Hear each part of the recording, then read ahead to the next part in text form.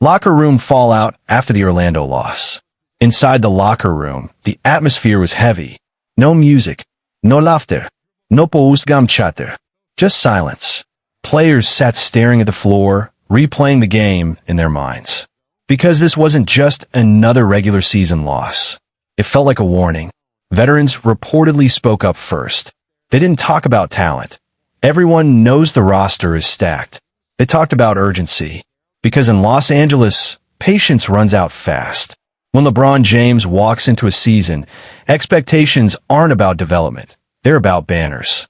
When a generational star like Luka Dončić is on the floor, the standard isn't potential, it's dominance. But against the Orlando Magic, the Lakers didn't look dominant. They looked uncertain. Possessions slowed to a crawl. Players hesitated. The offense lacked flow, and the defense lacked communication. And when the game slipped away late, there was no takeover moment, no clear voice, no unified direction. After the game, Coach JJ Redick reportedly addressed the team with a message that cut straight to the core. Championship teams don't just have stars. They have structure. He spoke about sacrifice. He spoke about roles. And he made it clear that talent alone won't save the season. Because the reality is simple. The Los Angeles Lakers are not judged by effort. They're judged by rings. Fans don't want progress. They want results. And if results don't come soon, the noise around this team will grow louder. Trade rumors will intensify. Rotation changes will spark controversy. Every loss will fuel another debate show meltdown. The pressure in Hollywood doesn't build slowly. It explodes. Right now, the Lakers stand at a crossroads. Do they adjust the system to fit their stars? Or do the stars adjust to fit the system? Because history in the NBA has shown one thing over and over again. Great teams aren't just built on talent. Pressure rising in Los Angeles. The morning after the loss felt different in Los Angeles. Sports radio exploded. Talk shows questioned the roster. Fans flooded social media with one question. What's really wrong with this team? Because when a roster led by LeBron James struggles, the conversation is never small.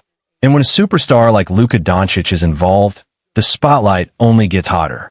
Insiders now suggest the coaching staff is quietly evaluating everything. Rotations, offensive structure, even leadership dynamics inside the locker room. Not because the season is lost, but because the warning signs are impossible to ignore. The loss to Orlando didn't just hurt the standings. It exposed deeper issues. Late game execution looked uncertain. Players hesitated instead of reacting. And for the first time, the sideline energy looked fractured. Coach JJ Redick has built his reputation on accountability and structure. He believes in systems, movement, and discipline. But systems only work when players buy in. Right now, questions are starting to surface. Is the offense too dependent on isolation? Is a locker room fully united behind one identity? And most importantly, who truly leads this team when adversity hits? Because in Hollywood, expectations don't fade. They multiply. The Los Angeles Lakers aren't a franchise that tolerates uncertainty. They chase championships. They chase legacy. They chase history. And when those goals feel threatened, change often comes quickly. Front office executives are reportedly monitoring the situation closely. Not panicking, but watching. Because in the NBA, seasons don't collapse overnight.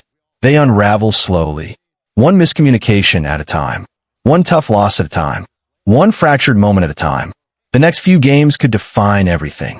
A strong response could silence critics and restore belief. But another loss, another night of confusion, another performance without cohesion. The buzzer sounded in Los Angeles, and the silence inside the arena said everything. Another loss. Another night where expectations shattered. Another night where the spotlight turned from hope to frustration. The Lakers didn't just lose to Orlando. They looked disjointed, confused, and out of rhythm. And after the game, the tension finally boiled over. Head coach JJ Redick stepped to the podium, and for the first time this season, his tone wasn't calm. It was sharp. He didn't talk about missed shots. He didn't talk about referees. He didn't talk about injuries. He talked about accountability. Report from inside the locker room suggests the coach was furious. Not just disappointed, furious. Because in his eyes, the problem wasn't effort. It wasn't talent. It was identity. Two superstars, two offensive engines, two players used to controlling everything, and one system struggling to hold them together. Redick's message, according to insiders, was simple. This team cannot win if everyone wants the ball and no one wants the role. The loss exposed what analysts have been whispering for weeks. Possessions looked forced. Rotations came late. The offense stalled in the half court.